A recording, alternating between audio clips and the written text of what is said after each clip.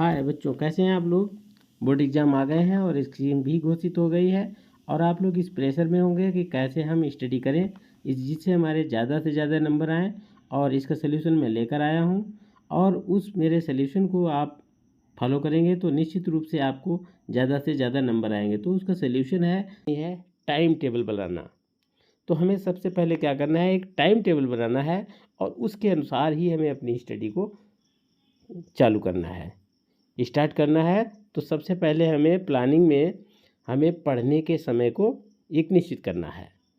दूसरा पॉइंट आता है हमें याद करने का समय। और तीसरा पॉइंट है जो प्रश्न है उनकी प्रैक्टिस करने का समय हमें निश्चित करना है। टाइम टेबल का हमें सख्ती से पालन करना है। सबसे कठिन चौथा ही पॉइंट है कि टाइम टेबल का पालन करना। हमें टाइम टेबल जो हमने बनाया उसका जितना हो सके सख्ती से हमें पालन करना है। अब दूसरा पॉइंट आता है कि हमें सब्जेक्ट वाइज स्टडी करना है। हमें सभी विषयों पर, सारे विषयों पर फोकस करना है। ऐसा नहीं कि हमें मैथ पे ज़्यादा इंटरेस्ट है तो मैथ पे ही जुड़े पड़े हुए हैं, या हमें इंग्लिश कठिन लग रही है तो हम इंग्लिश पर ही जुड़े हुए हैं। नहीं, सारे सब्जेक्ट इक्वल सब में मार्क्स हैं और सभी सब्जेक्ट को हमें तैयारी करनी है। सभी सब्जेक्ट्स को हमें फोकस करना है। ऐसा नहीं कि हम एक ही विषय को फोकस करते रहें, तो हमें सभी सब्जेक्ट को ध्यान से पढ़ना है, गंभीरता से, सीरियसली हमें उनको पढ़ना है। तो बच्चों, तीसरा पॉइंट आता है सब्जेक्ट वाइज नोट्स बनाएं। तो हमें क्या करना है, सब्जेक्ट वाइज नोट्स बनाने हैं और हमें पढ़ने के समय ही नोट्स बनाते जाना है। और हमें क्या करना है, जब हम सब्जेक्ट वाइज नोट्स बनाते जाएंगे तो हमें क्या होगा, रिवीजन के समय हमें कम समय लगेगा और रिवीजन के समय हमें कोर्स का वर्कलोड भी नहीं रहेगा। और जो भी हम नोट्स तैयार करें वो अपने तरीके से तैयार करें, साफ़ और स्वच्छ राइटिंग में तैयार करें। अब आता है चौथा पॉइंट है कि महत्वपूर्ण टॉपिक्स को ज़्यादा पढ़ें। तो सब्जेक्ट को जो पढ़ना है हमें, बहुत कुछ पढ़ना होता है, लेकिन क्या होता है कि जब हम ज़्यादा पढ़ते हैं लेकिन हमें ये नहीं पता है कि महत्वपूर्ण टॉपिक कौन से हैं, तो हमें सबसे पहले हमें महत्वपूर्ण टॉपिक्स को ढूंढना है और छांटना है और हमें ज़्यादा से ज़्यादा जो महत्वपूर्ण टॉपिक है उनको पढ़ना है। पढ़ना तो पूरा ही कोर्स है, लेकिन महत्वपूर्ण जो टॉपिक है उनको हमें बार बार पढ़ना है और ऐसे प्रश्नों को, ऐसे टॉपिक्स को ज़्यादा पढ़ना है जो बोर्ड परीक्षा में बार बार जिनको पूछा गया है।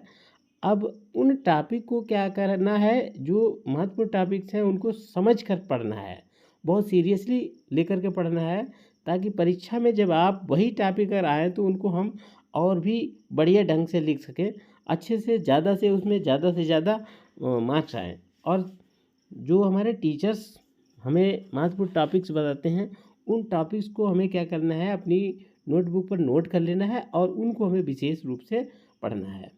और पांचवा पॉइंट आता है जो हमारा पढ़ा हुआ सब्जेक्ट है उसको ही, जो सिलेबस है हमारा पढ़ा हुआ हमारा ज़्यादा है, उसको ही ज़्यादा से ज़्यादा हम रिवीजन करें। बोर्ड एग्ज़ाम की तैयारी करते समय हमें सभी छात्रों को यही बताना है और उनको यही लगता रहता है कि हम ज़्यादा से ज़्यादा पढ़ लें तो क्या होगा, हमें परीक्षा में ज़्यादा से ज़्यादा हमारे नंबर आ जाएं। लेकिन नहीं, आपको वही पढ़ना है जो आपने पहले पढ़ा हुआ है। तो हमें क्या करना है, हमें बार बार रिवीजन करना है और किसी भी नए टॉपिक को हमें नहीं लेना है, क्योंकि नए टॉपिक को पढ़ने से कोई फ़ायदा नहीं है। नया टॉपिक जो है आपके ध्यान से, अगर आप पहले नया टॉपिक तैयार करते हैं तो बोर्ड परीक्षा में वो ध्यान से उतर जाएगा।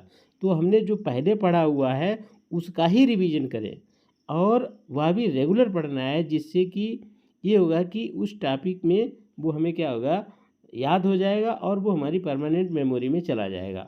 तो हम परीक्षा के समय उसको हम भूलेंगे नहीं।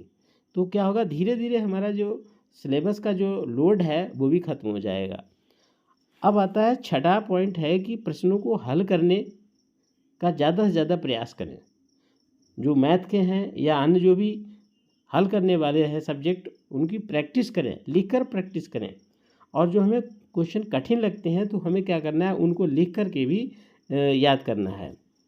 और सातवां पॉइंट है कि पिछले वर्ष के जो प्रश्न आए हैं प्रश्न पत्र हैं उनको हमें सबको सॉल्व करना है, और उसमें से भी हमें ये छांटना है कि जो सबसे ज़्यादा महत्वपूर्ण प्रश्न कौन आया है, किसने बार बार रिपीट किया हुआ है, उस प्रश्न को हमें ज़्यादा से ज़्यादा पढ़ना है और उसको ज़्यादा से ज़्यादा तैयारी करना है, उनकी प्रैक्टिस ज़्यादा करनी है। तो बच्चों, हमें एक और भी पॉइंट है, उसका हमें ध्यान रखना है कि हमें जो स्टडी करनी है, हमें हर 45 मिनट के बाद कम से कम 15 मिनट का ब्रेक भी लेना है, जिससे क्या है हमारी बॉडी को रिलैक्स मिलेगा और हम एक नई ऊर्जा के साथ फिर अपनी स्टडी में कर सकते हैं, तैयारी कर सकते हैं। तो बच्चों, अगला जो वीडियो हमारा आएगा, हमारा OMR कैसे भरें, तो उसको आप ज़रूर देखिएगा। तो बच्चों, नेक्स्ट वीडियो में फिर मिलेंगे, तब तक के लिए बाय बाय।